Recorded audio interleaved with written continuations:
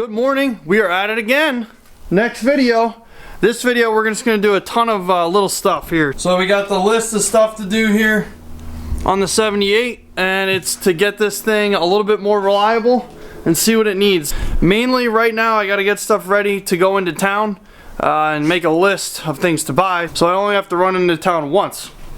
We'll see how well that goes. So this is why you just give your stuff a once over. I was measuring stuff to get ready to go into town to buy, and the inspection covers off of the transmission. I noticed that all three, well, I'm on number 2. 2 of the 3 flex plate to torque converter bolts were loose. The one was halfway threaded out. Oh my gosh. So I'm cleaning them up, wire brushing them, brake cleaning them, and then I'm medium strength blue Loctiting them, putting them back in. What the heck? Good thing I caught that one. So I'm getting underneath the truck here, and I noticed, here's the fuel tank, here's the filler neck, and I noticed when I was parked on a hill, when the tank was super full, that this was dripping gas. I'm gonna double up on the hose clamps there. There you go. That's done. Let's see if it leaks. Well, we're just gonna leave it until I park on a hill in 7 months from now and see if it leaks. Right, Sherman? Sherman.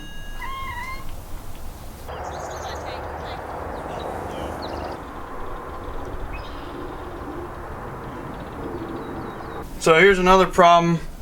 Passenger side mirror. That grommet, little, I call it rubber nut in there, is not working correctly. Diving into trying to get to the back side of this rubber nut, I took the inner door panel off to see how what I did in the past and all this other stuff. You know, one project leads to another, right? I just took some rubber and some fender washers and things like that and bolts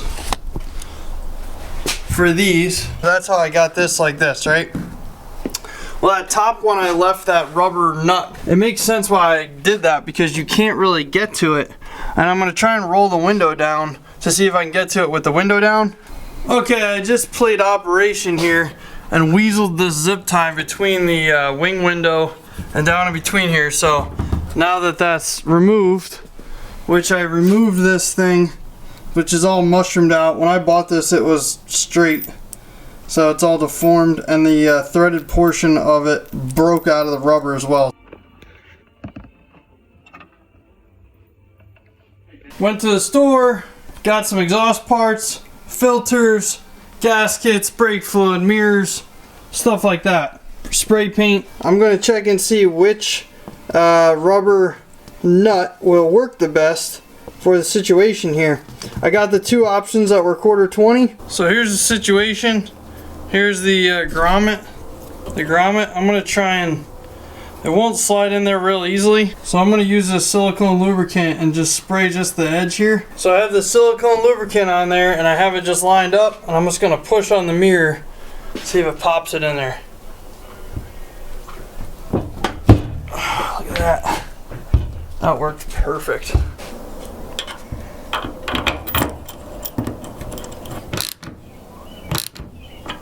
You just want it snug, you don't need to kill it.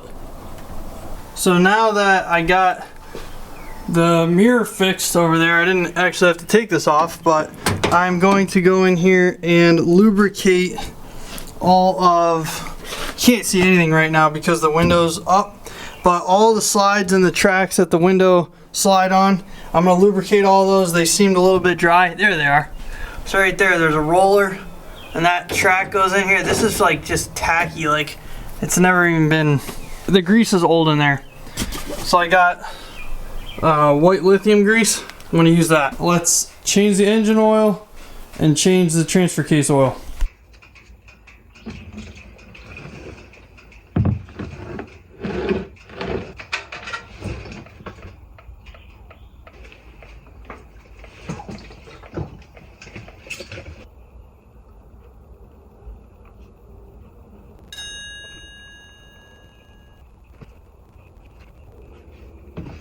Got all the oil replaced. Oil change is done. Got my new tag there. Mileage, drain bolt, wrench size, date, type of oil, and how many quarts that I put in there.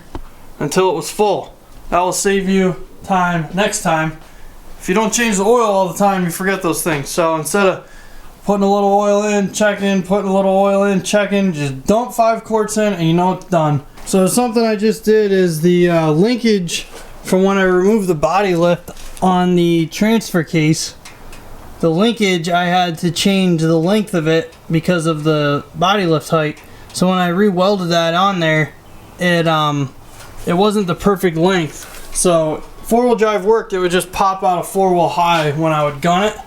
So I just adjusted the linkage, tested it, does not pop out a 4-wheel high and still goes into 4-wheel low and 2-wheel high and everything works. Then I noticed driving down the road, this windshield wiper is kind of like flopping in the wind. And I looked down and there's a spring right there. I was like, what the heck? It looks like there's a little spring clip in there to remove these and see if I can, it's probably broken, but see if I can put the spring back on it. Well, I got the wiper off, but the arm is broken. This pop metal had like a tab in it. It's all wallowed out. And that's why the spring fell off. So I'm gonna have to get a new wiper arm, which is a bummer. But while I was in there, figured I'd lubricate. I've never lubricated the wiper arms before in this truck. There's one of the joints there that I lubricated. It just dropped transmission oil. It's right off the motor. The other ones are tough to see, but they're in there to lubricate. I don't know if I'll get that. I'm gonna have to spray them. So as the wiper arms are going is when I lubricated them.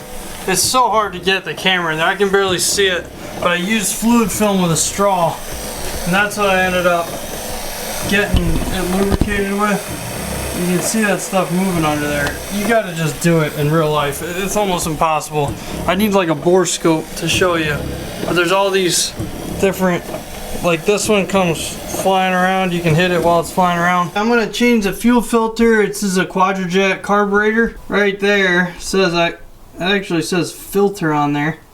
In the front of the housing, that is where the fuel filter is. It's a little fuel filter like this, cartridge style. Oh, wow. Oh, there we go. And the rubber side goes towards the spring. Really clean, but put a new one in anyway. Put the new filter in, put this in. Snug. Now I'll start it and make sure it doesn't leak.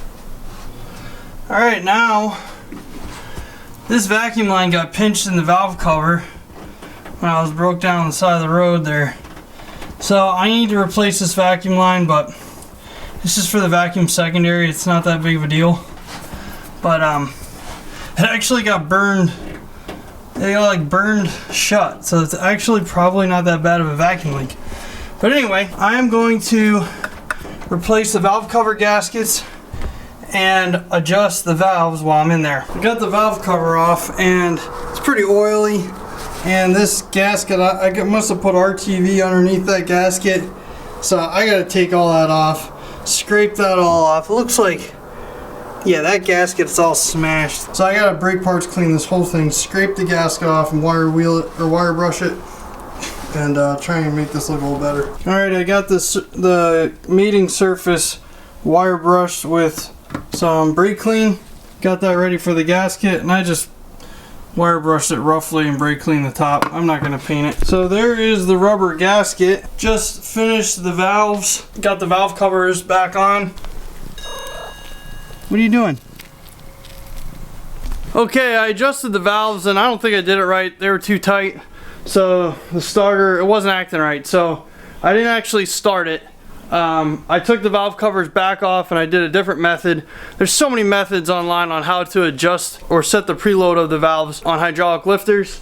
This is just a small block Chevy 350 common engine. What I ended up doing was I found top dead center of cylinder 1. Then I marked the harmonic balancer at 12 o'clock, 6, 3, and 9. Because it was top dead center cylinder 1, I set the valves on cylinder 1. And I rotated it 90 degrees to the next mark that I marked on the harmonic balancer, and then did the firing order. Every 90-degree turn, I did the next cylinder in the firing order. So then in this case it's 8. So then I did 1, 8, 4, and then kept going. remember them. 18436572. There you go. I don't do this every day. Some people have that memorized. It's probably going to run exactly the same as it did. Hopefully. It did smoke on startup. It's probably just burning oil from the rings. But let's see if it changed anything. I'll show you the first startup. It is a cold engine now, overnight.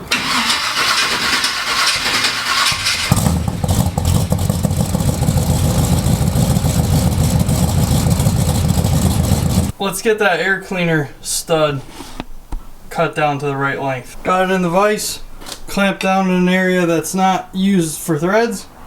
I'm gonna use this hacksaw and cut it. Now that it's cut, it's got a bunch of burrs on it. I'll take a file and just chamfer it. Now you thread this off, and this nut should correct the threads at the end. Nothing. Perfect. There you go. That looks normal.